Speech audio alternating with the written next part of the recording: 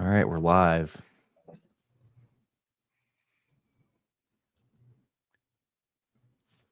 How's it going, everyone?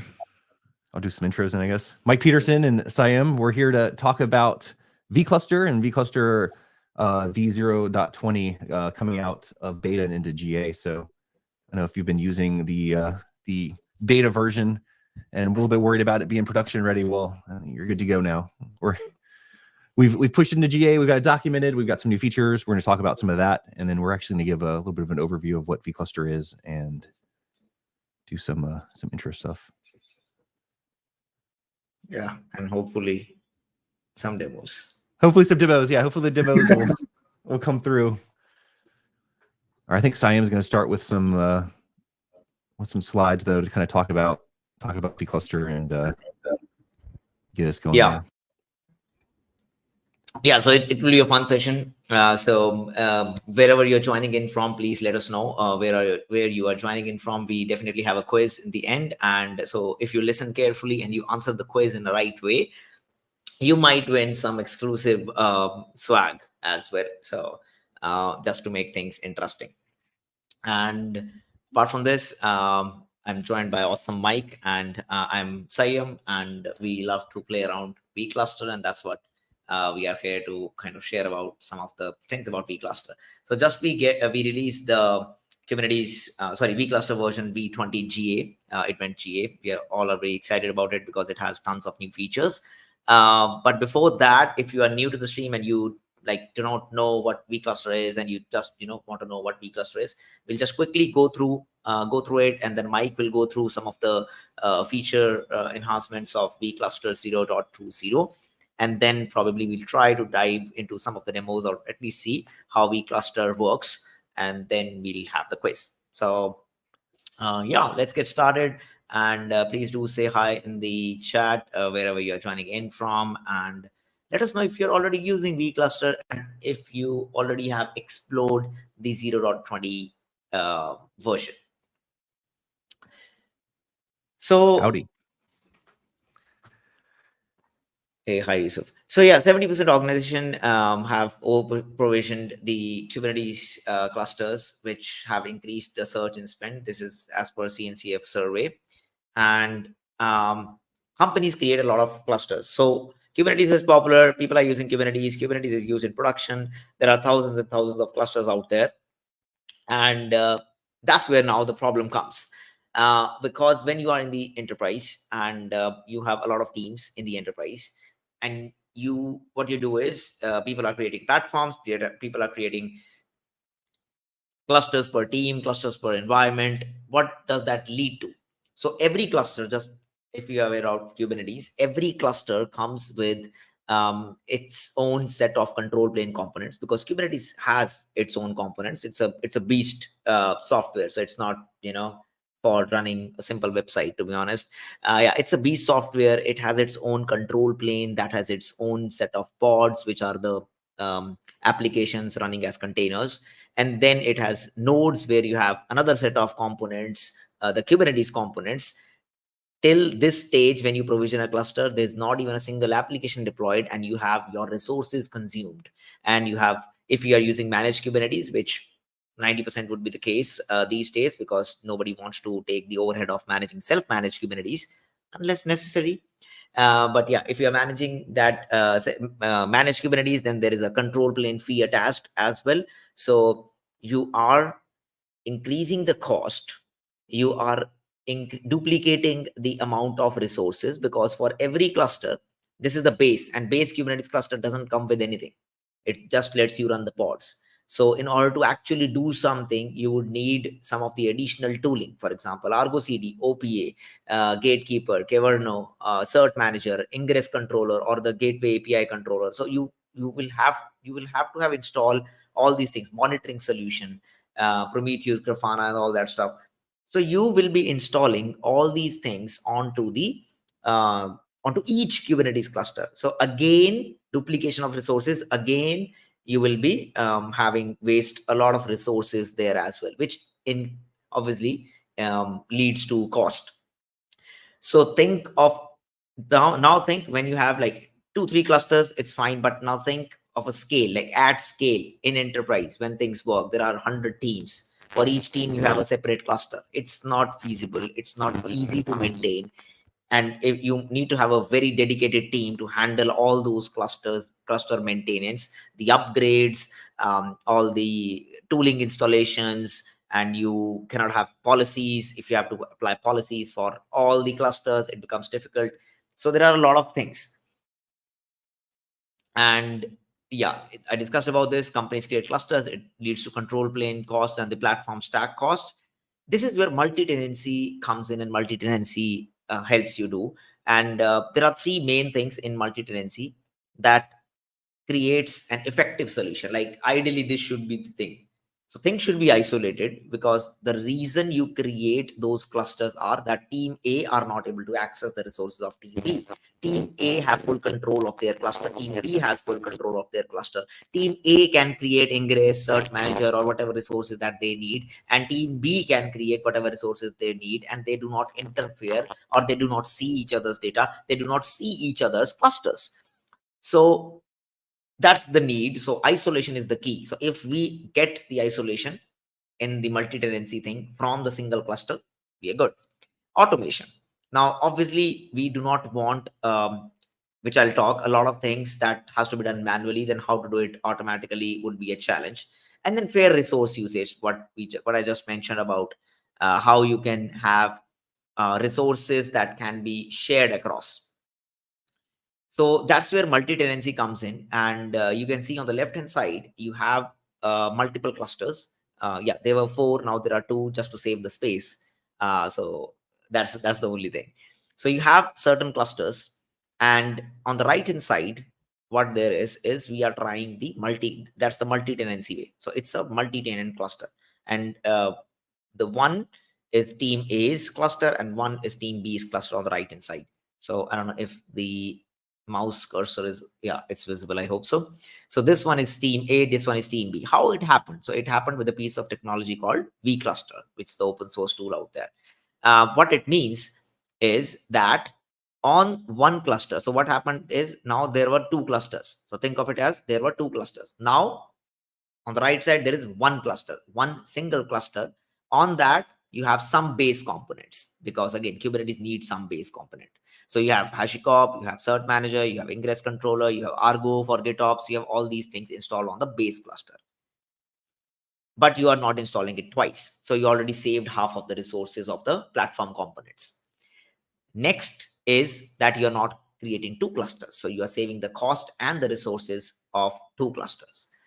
Third is getting that isolation. So even here, the cluster A for team A is totally isolated from team B, and they are able to create their own resources. So think of it like when you have when you go to a cloud, you create an EC2 instance. It's a virtual machine, but you think that you are actually working on a server.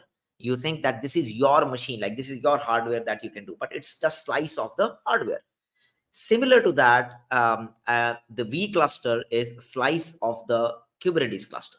So just like virtual machine is slice of the physical server bare metal thing installed on a rack, and you are using that one small portion of that rack when you are doing EC2 instance create or whatever cloud provider you are using, you create that and you are the owner of that. You have the look and feel of it. You can do LS, you can do whatever you want within that frame, and you do not go out. Similar to that, this gives you a look and feel of a Kubernetes cluster. So it has the control plane components that runs as a stateful set. It has all the processes are there, the API server and the controller manager. I'll just show you that as well. It has those components. It has its own data store, and we'll talk more about that as well. By default, the data store that vCluster comes with is SQLite. It's a certified Kubernetes distribution. And you get the exact look and feel, and you have the full control. You'll be getting a kubeconfig file. You'll be having full control of that specific piece of the cluster. So you'll be able to create resources, you'll be able to delete resources, but you'll not be able to go on the host cluster. You'll not be able to access the host cluster resources. So that's what I hope the analogy is kind of makes sense for you. in how vCluster sits in when it comes to multi-tenancy with Kubernetes. So if you see, yeah, multiple tenants, we have talked about that. Yeah, traditionally, what you can do is we can create namespaces. We can create the we can create namespaces. We can do the in the namespace, like there are a lot of resources namespace based. I don't know if that's next in the slide, but I'll tell you anyways. But we can check anyways. Yeah. Okay, it's not there. So the namespace thing is in Kubernetes, you can define a lot of things that are namespace scoped. So namespace gives you certain level of isolation, true, but you have to create that. Next, resources. You have to define the limit ranges, that how many pods you can create, how many nodes, how many services you will be able to create, all those things. That is also namespace scope. You can create it. Then there are certain other resources that are namespace based. But what about the extra security? What about the custom resources? What about when you have multiple, like for one or two, it is fine. But when you have multi-tenants, when you have a lot of tenants, then how you kind of deal with the namespace, it becomes a challenge. So that's where it becomes the challenge. And if you see, namespace isolation is very weak, and it's very restricted access for the tenant. And on the separate cluster side, they act as the cluster admin. But it is very expensive, it is very hard, it is very high overhead. So that's the regular game. Now coming in with vCluster, that sits in between, like you saw in the diagram as well. So you have the vCluster admin access, means for that particular virtual cluster you are the admin, but not for the whole cluster. So you are still not the cluster admin. Yes, it's obviously cheap because you are still using the same Kubernetes cluster and you are creating multiple slices and multiple virtual Kubernetes clusters. Cost wise, yes, it is cheap. Resource sharing wise, yes, it's easy. Overhead is very low because you are just managing a single cluster. So they bring, like, you don't have underutilized clusters, the report statistics that we just saw from the CNCF, and a lot of things, like it's autonomous. There are a lot of features like sleep mode. You can have your virtual cluster go to sleep and even save further cost. You can use it for like kind of any scenario, to be honest, whether it, so if you're thinking of from sustainability angle, yes, you can use it. If you're thinking from the multi-tenant angle, you can use it. If you're thinking of building an internal developer platform, you can have vCluster as a centralized API over there, and you can provide the end users of or your teams to just have those vCluster spin up with just a simple UI or the CLI. You can also use it for cost saving, definitely one of the very big use case. So cost is something that you can save tons and tons of costs when you talk about thousands of Kubernetes clusters that you are running, and when vCluster comes in. Kubernetes is in Kubernetes, yes, and you can also create vCluster inside a vCluster and then go deep, access the resources level back. And you can try out all the weird use cases, go deep within, and the deployment is as fast as containers, very instantaneous spin up times for this, saving the control plane cost, isolation sync of resources. Sync means that the control plane or the host cluster components can be synced between these. Example, you can have one Nginx controller, one cert manager on the host cluster, and you can just create the resources inside the vCluster so that you do not have to deploy another cert manager for your virtual cluster or another Nginx controller for your virtual Kubernetes cluster. And self-service, the developer experience is improved. We'll try this demo and we'll try a few more demos, but before that, I'll hand it over to Mike for giving some information about what vCluster was before 1.0.20 and what vCluster is now, and what are some of the major feature changes when we have gone to vCluster 0.20. Yeah, we got a couple more slides to go. But yeah, so this is interactive too. If you have any questions, like if you have any questions about what Saiyam just said too, just go ahead and post them in the chat or comment, and then we should be able to see that and answer them. So, all right, so vCluster v0.20 is now GA. So what does that mean? That means there's a new config format, vcluster.yaml. Previously, we had a values file, but now it's vcluster.yaml, and there's a lot more documentation about what you can configure within it. It's pretty easy compared to what we had before, which might have been a little bit more complicated. There's a way to migrate to the vcluster.yaml if you're using an older version like v0.19. There's a unified Helm chart for simplified deployments. There's K8's distro now supports SQLite and external databases. The default distro changed from K3s to vanilla K8s, and the default image is now vCluster Pro. Ingress syncing behavior has also changed. We're going to go into this in the slides. I'm just going to kind of quickly go over it, and then we'll hop into some demo stuff. All right, so the new config format. So the CLI now validates configurations before creating or upgrading virtual clusters, which is pretty helpful because if you're updating the vCluster YAML and you're trying to deploy it or update, it'll actually give you information about like what's wrong so you can fix it. There's more options in the vCluster YAML, eliminating confusion by a mix of CLI flags, annotations, environment variables, and Helm charts. Previously, like there might have been stuff that was only in the CLI that you had to add in as like a -- flag or something like that within your configuration. Now a lot of that stuff's covered by configuration options, and it's all documented and it's easier to understand. And now grouping is also based on categories, making it easier to find options. So you can see like what you can do with the control plane and stuff like that instead of trying to like look around. And our older docs needed some love, and they finally got some love in the new version. So hopefully they're a lot easier to read. If you've got feedback on the documentation, let us know in Slack. It would definitely help us out. So migrate from older versions. So basically, if you're using an older version of vCluster, you can migrate. So you can use the vCluster convert command. There's some things that you can't do, like you can't migrate from K3s to K8s. So you're probably going to have to start a new cluster if you're doing that. Or if you're going to migrate from K3s, you got to go from K3s to K3s. The unified Helm chart for simplified deployments. Basically, it's easy to configure different Kubernetes distros using a single Helm chart. Previously, there was a different Helm chart for each distribution. Now it's just as easy as selecting the distribution within the Helm chart instead. So there's a single source. There's no more juggling multiple charts. And then there's enhanced validation. So we've introduced a value schema JSON to the Helm chart, ensuring that upgrades will only proceed if your configuration matches the expected format to reduce deployment errors. Same thing as we were talking about before. Makes it so that you can actually get error messages and understand like what's wrong. Customizable distributions. Like I said, the new unified chart structure enables easier customization of Kubernetes distributions directly with the Helm chart values.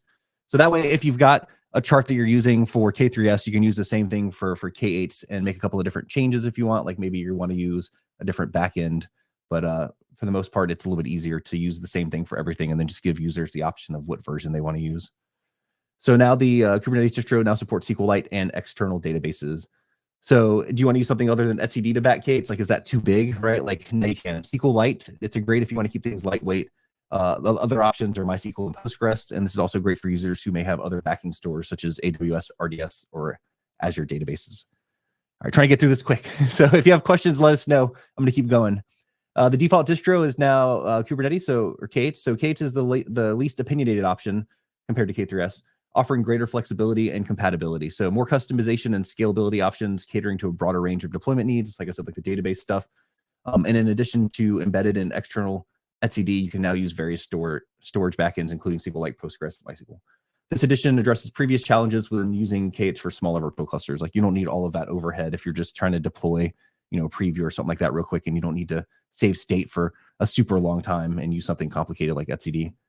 And now the default image is vCluster Pro. So there's multiple benefits with this update. What it means is we've changed the image that deploys from what the OSS was using previously. It's Pro.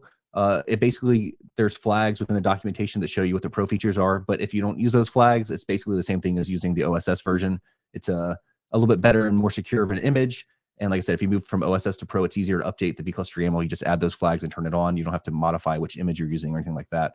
And then the Pro features are inactive by default. So the experience is the same as the previous OSS image.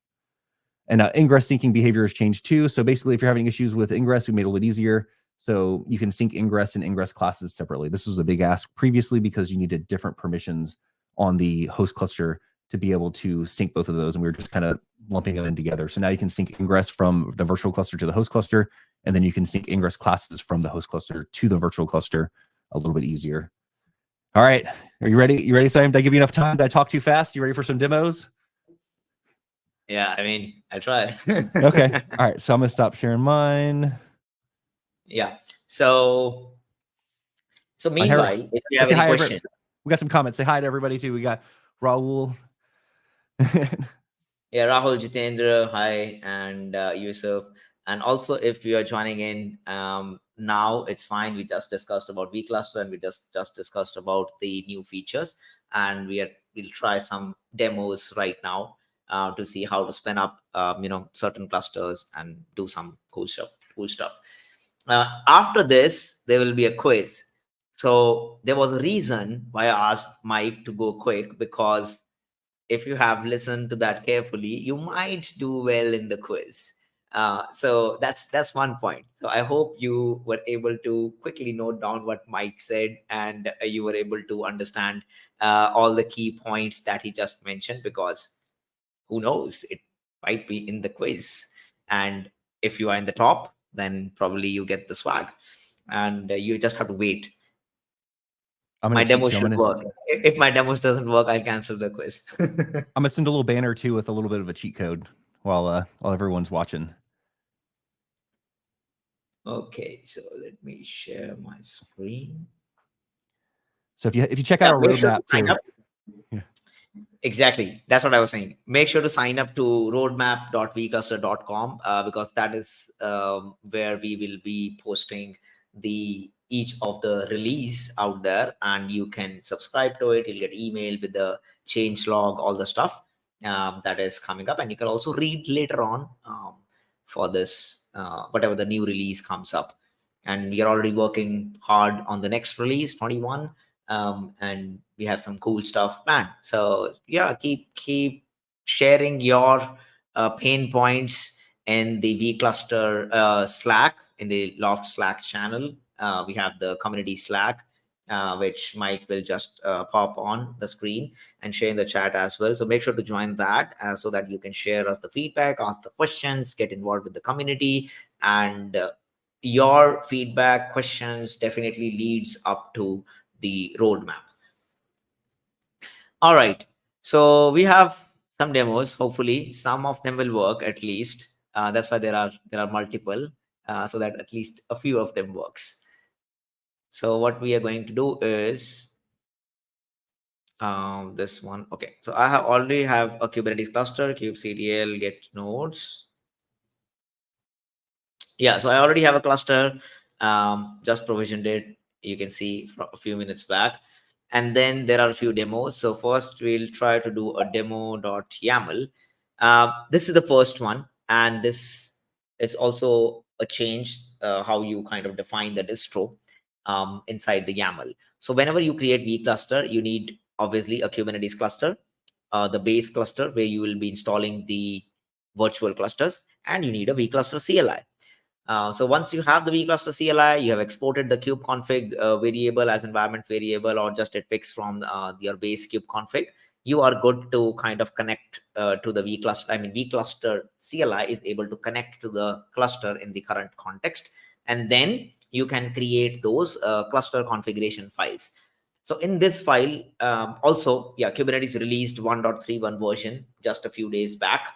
The most easiest way, so you won't get Kubernetes 1.31 on any cloud provider yet, but if you need Kubernetes 1.31, if you want to try out Kubernetes 1.31 very early on and start looking how the migration looks like, how your workload looks like, and stuff like that, create a vCluster. That's how simple it is. By default, it creates K8s. So even if by default earlier it used to be K3s. By default now, vCluster creates a K8s distro, which even makes more sense because K8s gets the updates much faster than the K3s one. The K3s, obviously, it's another distribution, and it takes more time to get the latest version of Kubernetes. This is pretty immediate. As soon as it's launched, you are able to create those clusters. So let's create that. I mean, I should have created and then do the talking, but it's fine. So vCluster create live 131 -f, and we do the demo.yaml. Okay, wrong spellings, it happens. I mean, it's not that the demos are broken, but it's not that broken that it won't even start. So it should start at least, and then we'll see if something bad happens. Let me redo your screen for a second. Here, reshare your screen. I think it might be frozen. Oh, is it? Yeah. Okay, let me reshare. We got Riddick here with us too, which he may pop in a little bit. He's giving us a little bit of help. I think it was for because I was trying to see what you're. All right, let's see. There we go. Yeah, that's got a lot more information. Yep. Now we can see a bit more. Okay. So we got the demo. You're able to see this, right? So I was talking about this. So that's the demo.yaml. This is the cluster configuration where we have mentioned that for the control plane distro case, the version that vcluster should pull up is 1.31. And the command to be used is vcluster create. This is the name of the cluster. And then it's demo YAML. So yeah, I don't know. There are some issues which I predicted there might be. Let me just see. kubectl get pods -a. Excitement of live demos. Yeah, I mean I already have one running, so you know. The best part too is like, of course it works yesterday. Of course it's gonna work like after. This one worked. So this one at least worked a few minutes ago. So it's not that bad that it worked yesterday. So on the host cluster,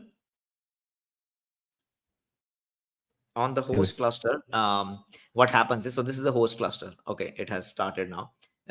Anyways, on the host cluster, what it is doing is, so these are the regular pods, but as soon as I create the vcluster, it creates the it creates a namespace and it creates the pod, and then it also should have created a core DNS pod. Yeah, that's what it hasn't created yet, but it would have created like this a core DNS pod as well. So I already had this particular thing running, but I can try it on another cluster as well because I have two vcluster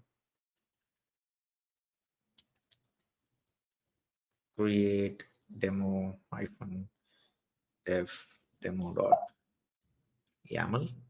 Let's see if this one works.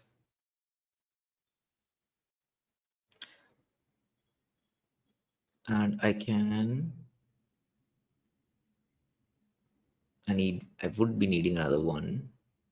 And export config. I have multiple clusters, so just remembering which one I have to put here.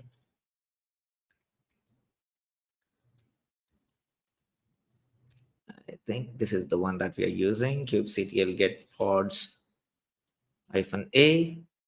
Let's see if this one is kind of doing something. So this is still pending.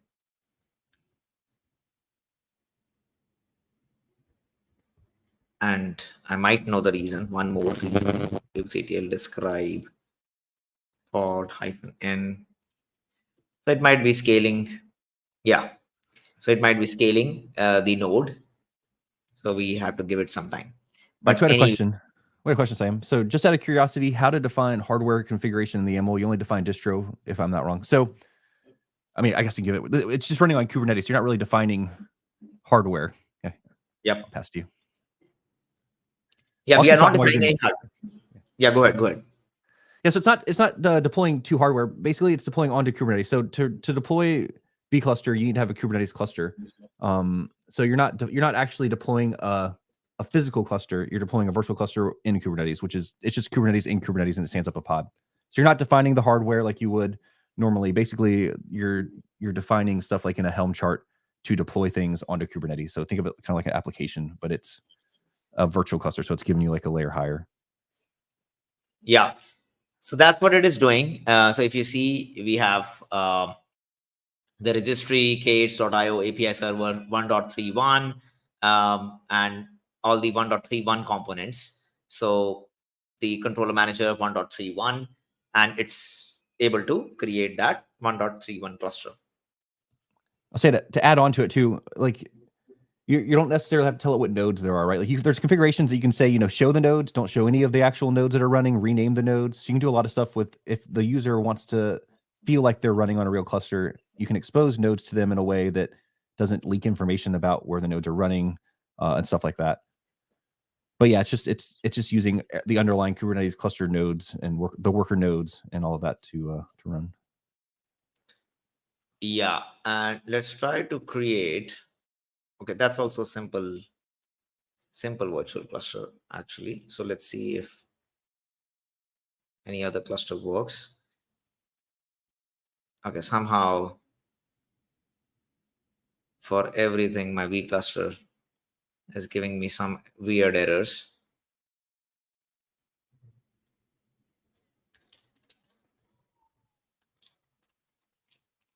But if this doesn't work, so we still have something that can work. kubectl describe pod.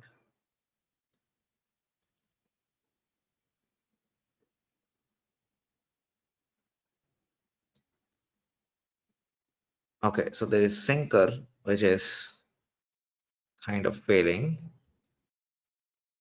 So what we can try to do is logs.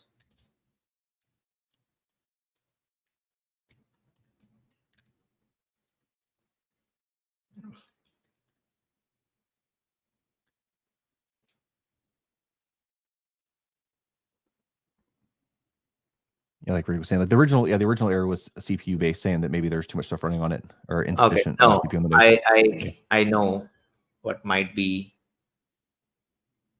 the reason. It should work now, hopefully, but we'll check.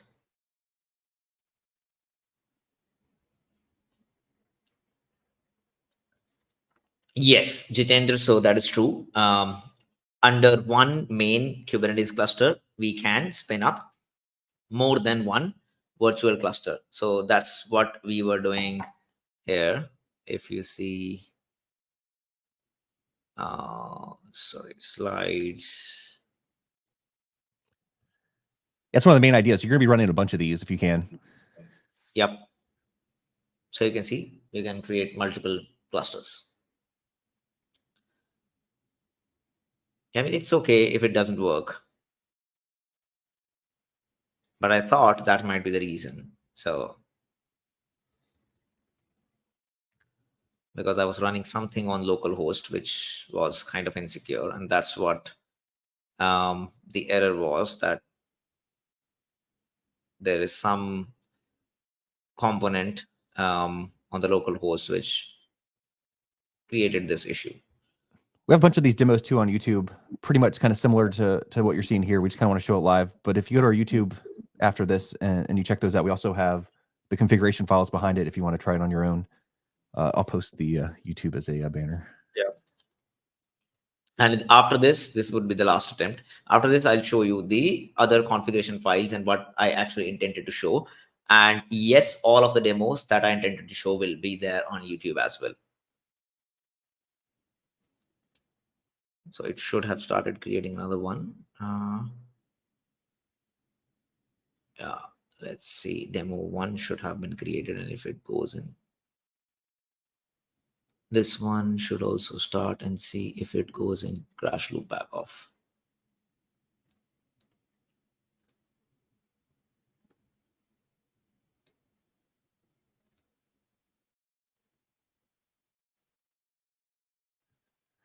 Yeah, so you're just going to deploy your own Kubernetes cluster. So you just need to take care of the underlying hardware. Yeah. And then what you're going to do is basically... It is running. So... Oh, nice. So we have a cluster, virtual cluster, which is running. And you can see the status over here as well. So this is how it looks like. So you can see the cluster is running and it has switched the kubeconfig context. Now see what will happen. Now, if I did kubectl get pods -a, earlier when I was getting the host cluster resources. Now, as soon as the kubeconfig context got switched, because when you create this virtual cluster, vcluster will automatically create a new kubeconfig file for that specific vcluster. And now I am only able to see the core DNS pod. And this is the same cluster. Like I can run kubectl run nginx -- image nginx. So I can run all the stuff. I can do kubectl expose pod nginx -- port 80. So all the things that you can do on a regular distribution, you will be able to see here. And these are the regular, like you won't be able to see anything on the host cluster. Also, you can do kubectl config get contexts. So you can see it has created multiple context. So this was the original admin context, which is the host cluster access, and these are the virtual clusters. And if I just do Control C and if I do vcluster list, it gives you the list of virtual clusters. And you can see this pod also has started running on this particular cluster. So if I do kubectl get pods -a, I should have seen. So our guess was right. There was something running on the local host which was conflicting with the creation of this. It was sending the request to local host instead of doing the other things. So now things are running fine. And you can see this is the different Kubernetes cluster, kubectl config get context. Yeah. See, spelling mistakes are always there. It's half my day. After you Yeah. right. So why didn't this work? Oh, okay. So this worked. And yeah, the thing that I wanted to show, of course, so we'll go switch back our kubectl config to use context and do the describe, because the initial idea was to see the which cluster I created. I need to check in the You got a lot of plate spinning. vcluster demo 2 namespace. Okay, vcluster demo 2, this one. kubectl describe pod -n. So as you can see, it pulled all the 1.31 images. So this is how you are able to create the Kubernetes 1.31 cluster. Pretty simple stuff till now. Why would you want to do? Why would you want to specify the version? Can you do different versions? Yes, you can. Yes, you can. That's the beauty, right? And also your host cluster is different. So this host cluster, if you see, it's 1.29, and what you are running inside is 1.31, and you actually cannot run 1.31 on a managed Kubernetes yet, because none of the cloud providers immediately release it. It takes time. It takes building of their custom Kubernetes distros, and then packaging it and testing it and then releasing it as alpha, doing the UI changes and all sorts of stuff before you even get to try Kubernetes 1.31. And very soon there will be a blog out, I think today or tomorrow. Ritik might be able to comment on that. We are in the final stages of publishing the Kubernetes 1.31 blog post with our thoughts as well. So feel free to go through the release page. That's obviously one of the best ones, and then try out some of the features by creating this 1.31 virtual Kubernetes cluster inside your host Kubernetes cluster. So let's level things up with demo 2. So the thing is, when the virtual cluster, like I said, let's go here. And when you create a virtual cluster, so we can exec into it and we'll try to see what the backend looks like. So kubectl get pods -a. Here, I'll share the question too. What we have there. So the question was, so we also need to take care of underlying hardware, or vCluster take care of it. So you need to take care of the underlying hardware, right? So you're gonna deploy your Kubernetes cluster, and then vCluster will come in once you've got your own Kubernetes cluster and you create a namespace. You'll create a namespace and then you'll deploy vCluster into it. It's going to stand up a pod with an API and stuff like that, and then you'll give your users access to that. So yeah, you still need to manage or use a managed service for like EKS, or like deploy your own Kubernetes. You can do it on-prem and stuff like that too. And then your platform team's going to manage that. But then what they do is they give the virtual cluster to the end users, and the end users think that they have their own cluster. But the platform team is just going to see the user's pods running on the base cluster still, because everything's still running in the base cluster, which is good for monitoring and other stuff. And you can see that the endpoint is SQLite. So because we didn't specify anything, by default, the virtual cluster creates the K8's distribution, the regular K8's distribution with SQLite as the backend. So the demo 2 is intended to change the backing store. So vcluster gives you the ability to switch the data store, the backend, to etcd embedded. Now this is interesting because SQLite, obviously SQLite is good when you are, when you're small, but when things scale up and when you are doing a lot of things, it makes sense to go to etcd embedded, and that's what this particular feature helps you do. So what you can simply do is you can do the upgrade of it, and yeah, we have to first check the names. Yeah, so the namespace is vcluster demo 2, and the pod name is demo 2. So it should run another command, and then it should try to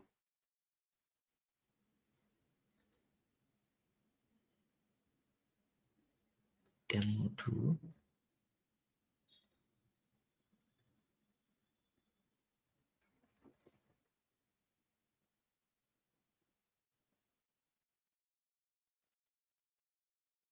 Interesting.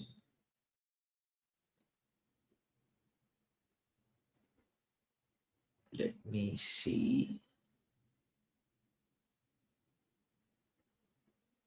I got so much stuff running. I'm not sure which one's running there right now. Yeah, that's what I'm checking. Okay. Got it. So that's the reason.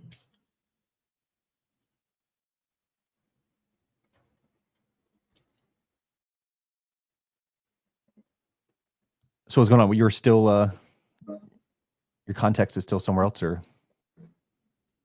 No, I think this one should be. Oh, okay.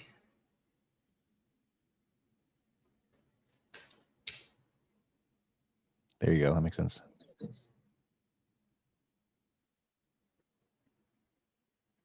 I have to log in first.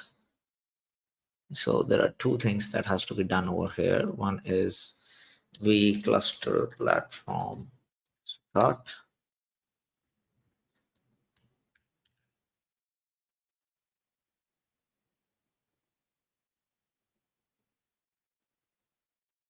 Here, and I'll put a banner up showing like what you're actually installing with, which is.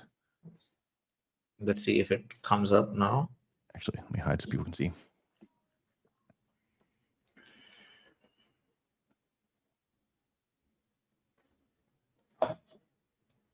Yeah, for some reason my internet is not letting me go here. I don't know why, but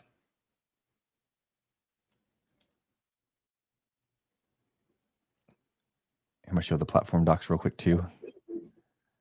yep.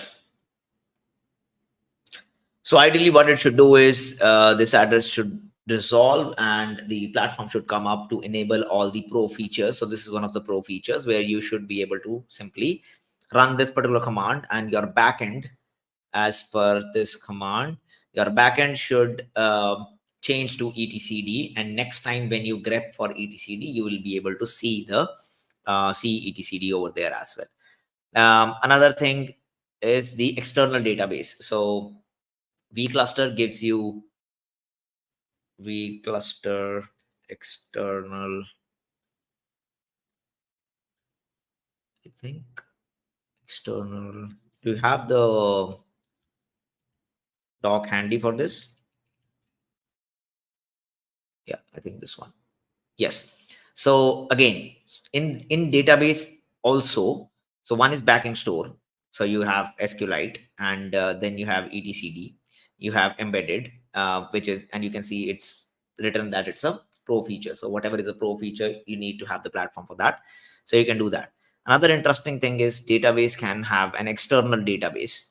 This is very interesting because now when you have amazingly high scale, and this is, you want your data store to live outside of the Kubernetes cluster, this is where it comes handy.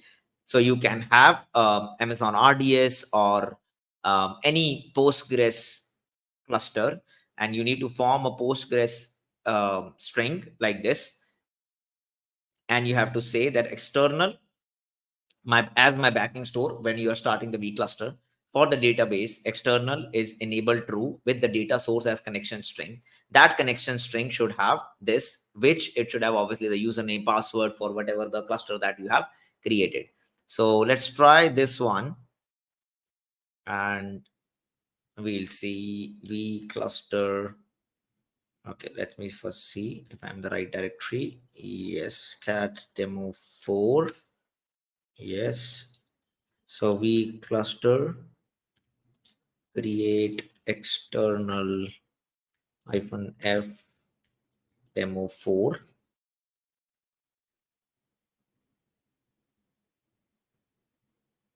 Yeah, I need to switch back to the old context. Yes.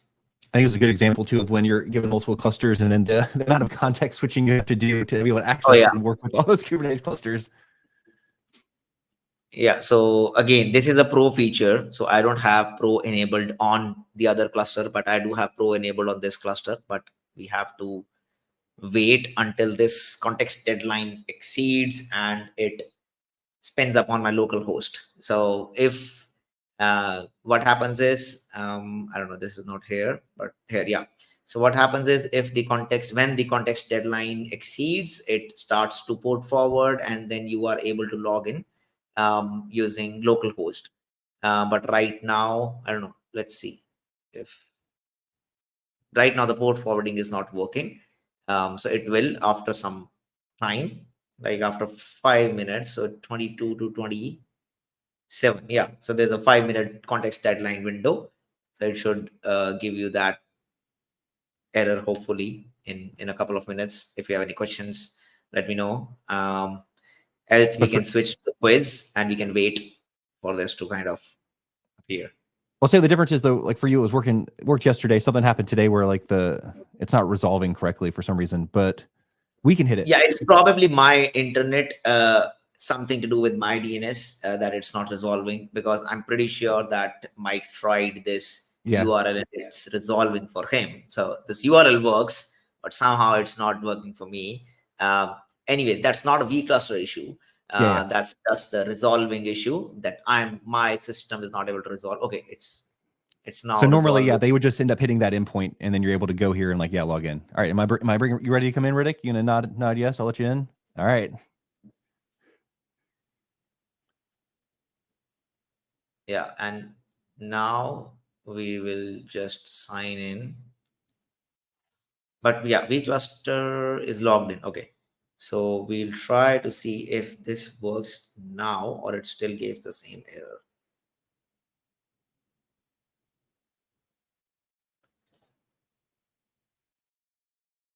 You're not okay. I need to first log in. Let me then log into this.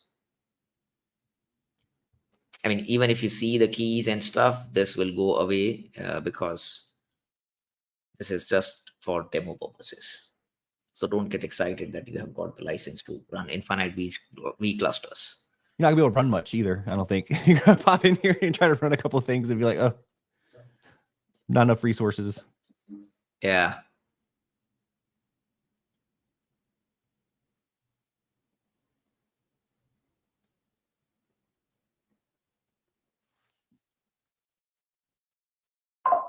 Okay. Interestingly, why there is 20% battery left when I have everything switched on. Anyways, 20% battery should do. So one last time, we'll try and we'll see, because we did log in now to the virtual cluster locally, but it's still not happy. So it's still not able to get that. Let's see if we can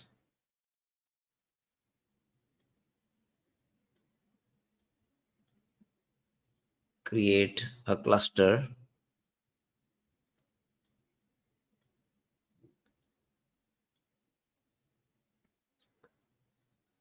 Okay, I don't see. How do you define the, like, where can we give the configuration YAML?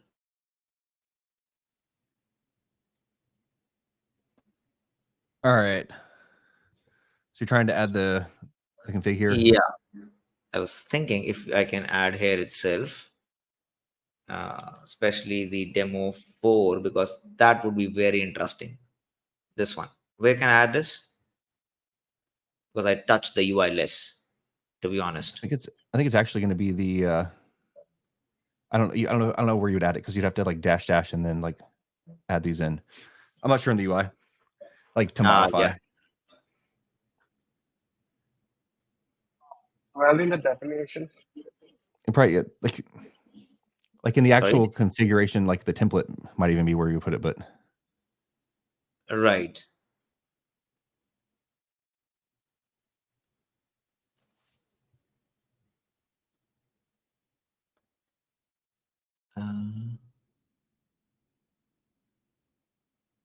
Oh yeah, I think this is where you add it.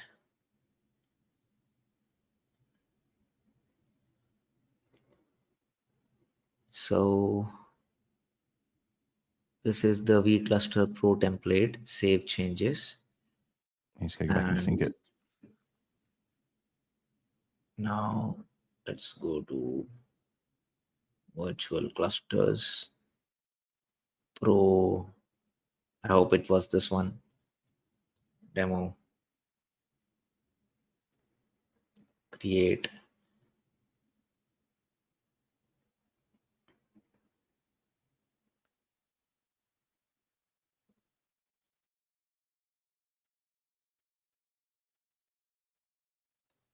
And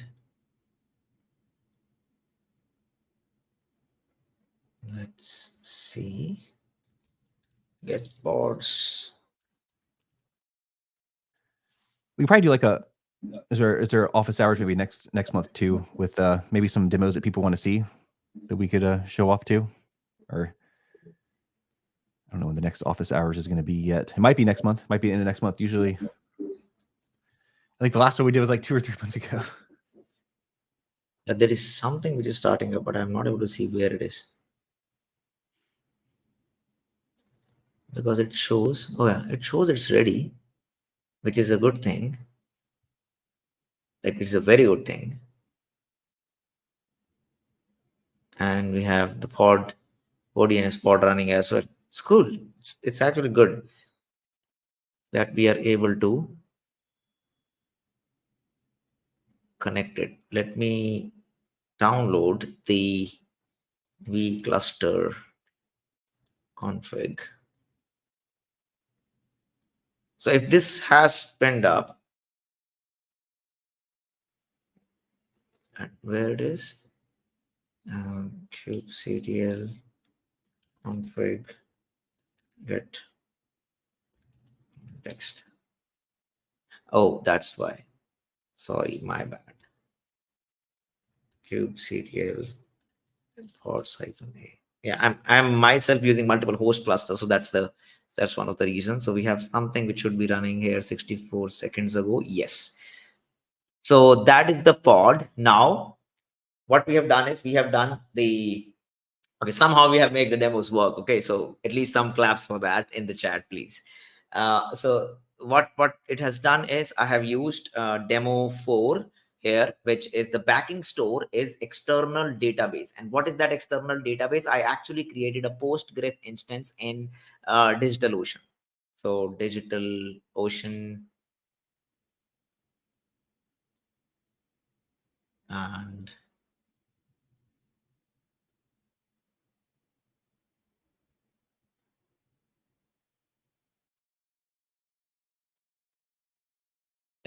I'll show you where I have created. I have a couple of them, but yeah, I created a database of Postgres. Yes, demo vCluster. So that's I created 1 hour ago, and this is what it is actually using as the backend data store for the virtual Kubernetes cluster. Now, how cool is that? So this is something which I really wanted to show. And we have the pod running, and we changed the vCluster template to make that happen. So it is kind of running the backend store. So we can, yeah, I think we are about time. So Ritik, probably you can start the show for quiz. I think people are more excited for that. People just want me to stop my silly demos. Yeah, But those good demos. but yeah, if you enjoyed the demos, then one thing is that you have to share what you have learned today on your socials. Tag Mike, me, Ritik, and Loft and vCluster. We would be happy to share the work and what and your learnings. You should try this out. Even the Pro one gives you 15 days free license, so please try that out as well on your existing Kubernetes cluster. And third thing would be, as Mike mentioned, for the next office hours of any of the other videos that you are interested to watch for vCluster, please let us know and join the Slack and stuff like that. Hey, give some feedback. Give some feedback. Yes. Oh, yep. We can probably give away some swags for people who are sharing their learning as well, if they are posting something insightful. So yeah. So okay. So I think that was a lot of information, and now is the time to see how much of the information is something you can use to win swags. So what I will do is I will share a link on the chat, as well as I will open a QR code which you can scan. So we'll give a couple of minutes so that people can join in over here, and then let's get started. Here, I'll show this too. Yeah. So to start, we have 6 questions, and we have cool swags. And let's get started. And this is a QR code which is just coming in. So we are using a platform called Slido. So just scan this QR code and add 020 because we are celebrating the 0.20 release of vCluster. So go there, scan, and add the code, and we will just get started. If you have any question or doubts or anything, drop that on the comments, and we will love to help you out.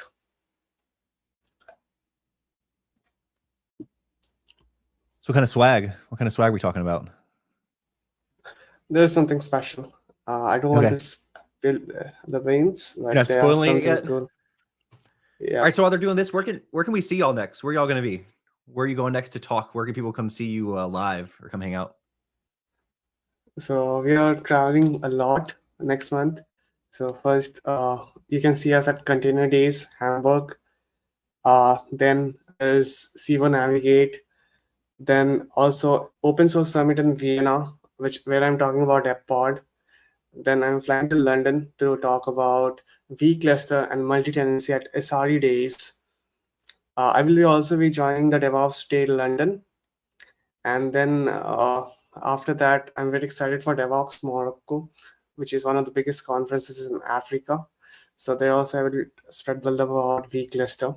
So if you are anywhere on those locations, on those days, feel free to say hi to me, and we can discuss about awesome stuff.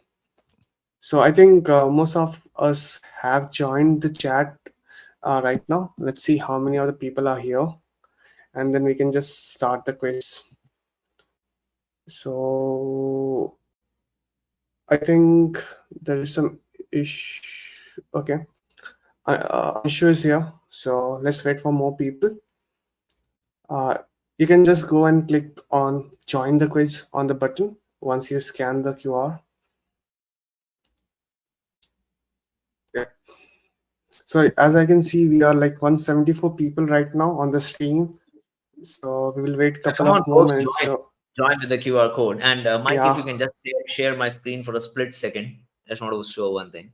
All right, I'll share you, and then I'll share the banner again.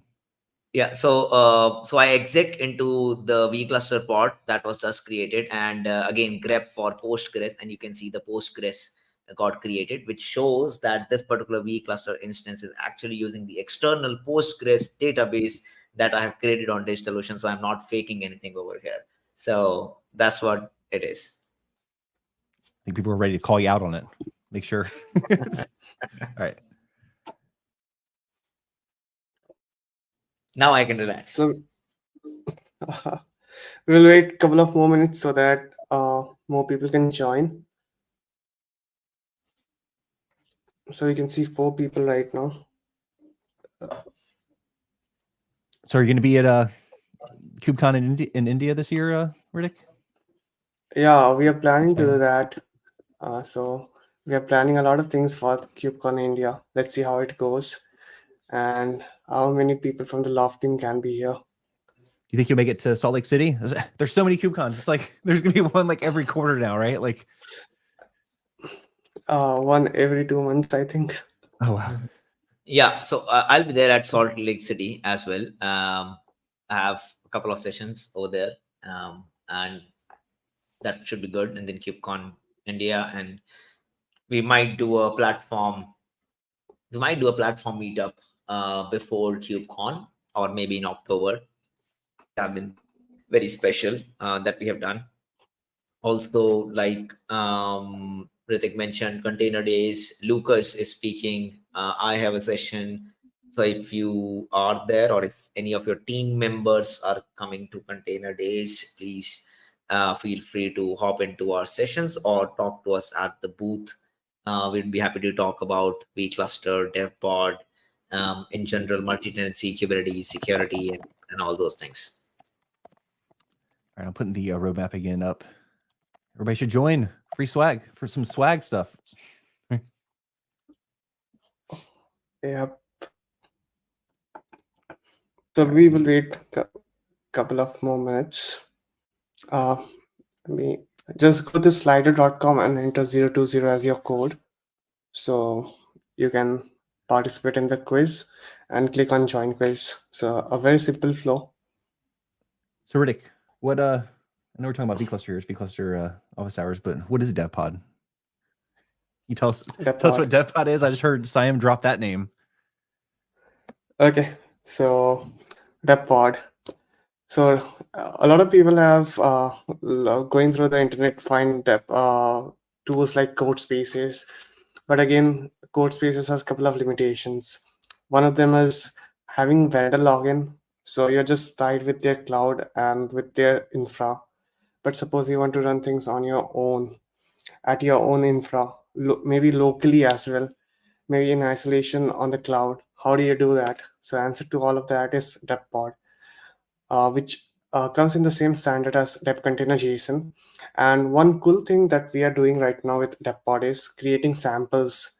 So people, like anyone, can contribute to those samples, as well as what they can do is use those samples to learn more about how they can use a cloud development environment. So I'll just use the link over here, so you can go and run the samples, and you can also contribute to them. So we are lovers of open source over here at Loft. So feel free to contribute, feel free to use them, and join the Slack so that we can get awesome feedback from you all.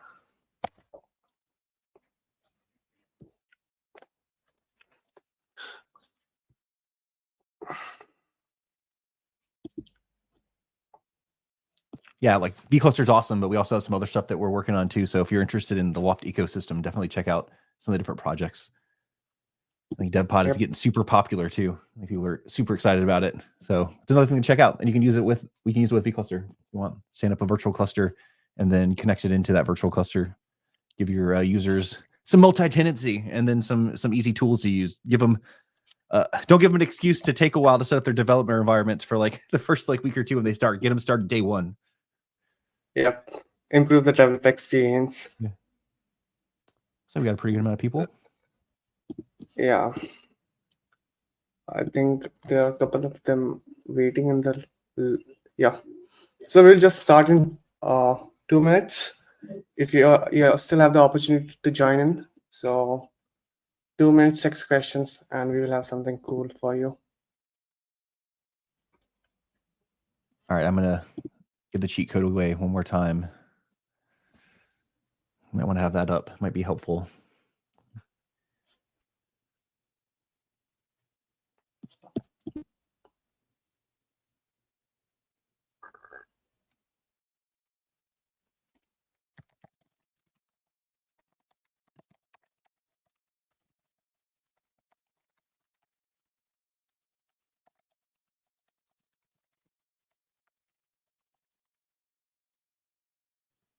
All right, while we're waiting, what's been your favorite place to visit, Riddick, so far? I say Siam too, but I know Riddick's been traveling like crazy over the last year or so. So you saw the Northern Oh. Lights. Yep. So I was I saw some of it, but the day I was leaving, it was the strongest in that month. So I missed something, but yeah, I saw something as well. So yeah, fortunate enough to go there this January. And yeah, it was cool. It was like -50 the night we were chasing the Northern Lights. Wow. And like we had a tent and some fire in between. So we were just trying to keep ourselves warm. So till the Northern Lights come visit us. And we were waiting for 30 minutes, and then we got a news that it is shining somewhere north. And everyone just took the van and ran to like 30 kilometers on the north, and we were able to see that. So it was quite an adventure at night. Did you buy new clothes for it? Like, did you have to like buy a bunch of like cool? A lot of it. When are you going to get to wear them again? Are you trying to find like a new location to go to get to wear them again? Yeah, so I bought a couple of them when I visited South Korea in 2022. So I had some of them, but again, I had to buy more. And when we went to Northern Light Chase, I put like 4 or 5 layers. After that, I put a layer which the tour company gave us. And even after that, we were feeling cold because it was very cold. So yeah, but I kind of like cold, so it was good. Awesome. Yep. So I think we should just get started. So we have 7 people in. Uh, ready for the first question? And let's get started. So the first question is, can you use vcluster to run different Kubernetes version on the same physical cluster? So there are 4 options, 20 seconds, and you can choose the correct one. First one is yes, you can do it every time. Second is no, it's not possible. Third is only if the versions are compatible with each other. And fourth is only if you use separate namespaces. So we By see the 4 way, people. the Yeah. faster you answer, the more points you get. So we see I 4 want people people to make answering it. mistakes. And let's see who is going the fastest and if it's the correct answer or not. So yes, you're correct. So in the demo as well, if you have seen, we were using a 1.29 version to run a 1.31 Kubernetes version. So it is possible and we support it very well. A lot of companies use it so that they can test their workloads on a on newer version before they migrate their workloads. So there are sometimes some CRDs break, some version break. So you need to a way to figure that out before moving everything in the production to a new environment. So vCluster is a very good use case for that. So we will go to the next question. And that is, what is the primary purpose of the newly introduced vcluster.yaml file in vcluster 0.20? Again, 4 questions, and you can answer fastest, the one which you feel is right, and the person who is answering fastest gets the most score. So this time we have 4 participants. And okay, so we have 80-20. Let's see what's the correct answer. And the correct answer is to centralize all configuration options for vCluster, which is correct because the new YAML supports a lot of options by which you can configure on a global level all your objects and all your clusters. So ready for the next question? So this is a question is, which command is used to convert the old value.yaml configuration to the new? So let's see the options, some tool commands.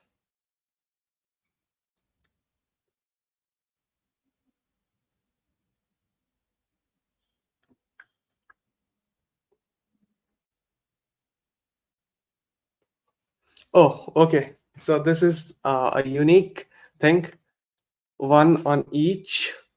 So let's see who gets the answer correct. So the second one is correct, vcluster convert config, which you can use to convert your old configuration to new. And with that, we are ready for the next question. There are only few more. So what change has been made to the default distribution in vcluster 0.20? I think Saiyam gave some hints in this live stream. So let's see.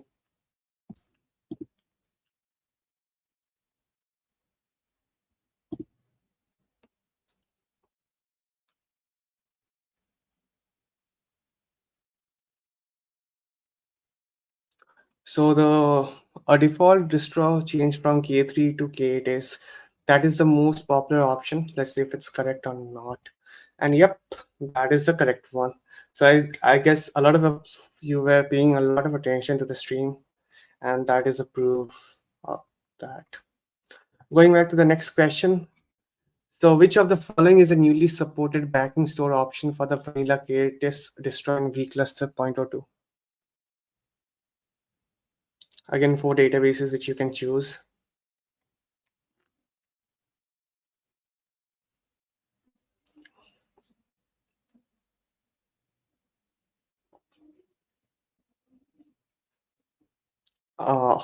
So there is a tie between B and C, B and D. So let's see which is the correct option right now. And the correct option is number B. So yep, SQLite is something you can use and it works very well. There was some part in the demo where we showed that. And if you want to learn more, join our Slack because we will share some good resources on that front as well. And I think this is the last question. So what was the major reason for discontinuing the EKS distro and vcluster.20?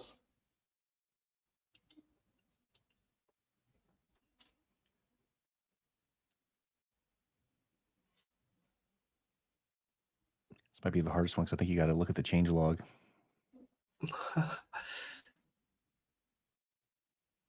I think so people are paying attention because the answer is number C only. And let's see who the winners are. So Jitendra is the winner, followed by Ashish and Hitesh. So if you have put in the emails, we will reach out to you in a couple of time. But let's see which is the hardest question. So I think the hardest question was the configuration.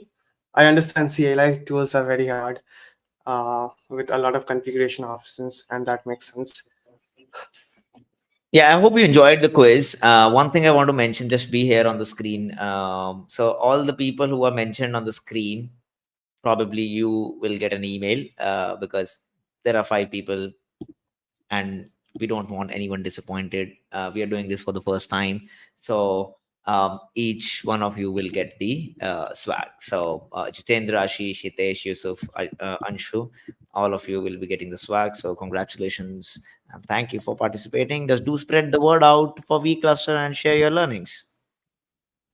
Yep. I'll just stop sharing my screen. Okay, I'll share real quick.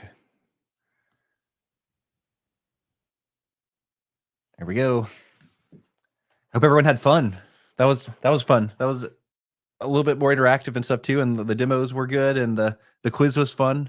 If you have feedback though, like, and you want to see more quizzes and more like interaction like that, let us know. Like, thank you so much for putting that together too. That was awesome.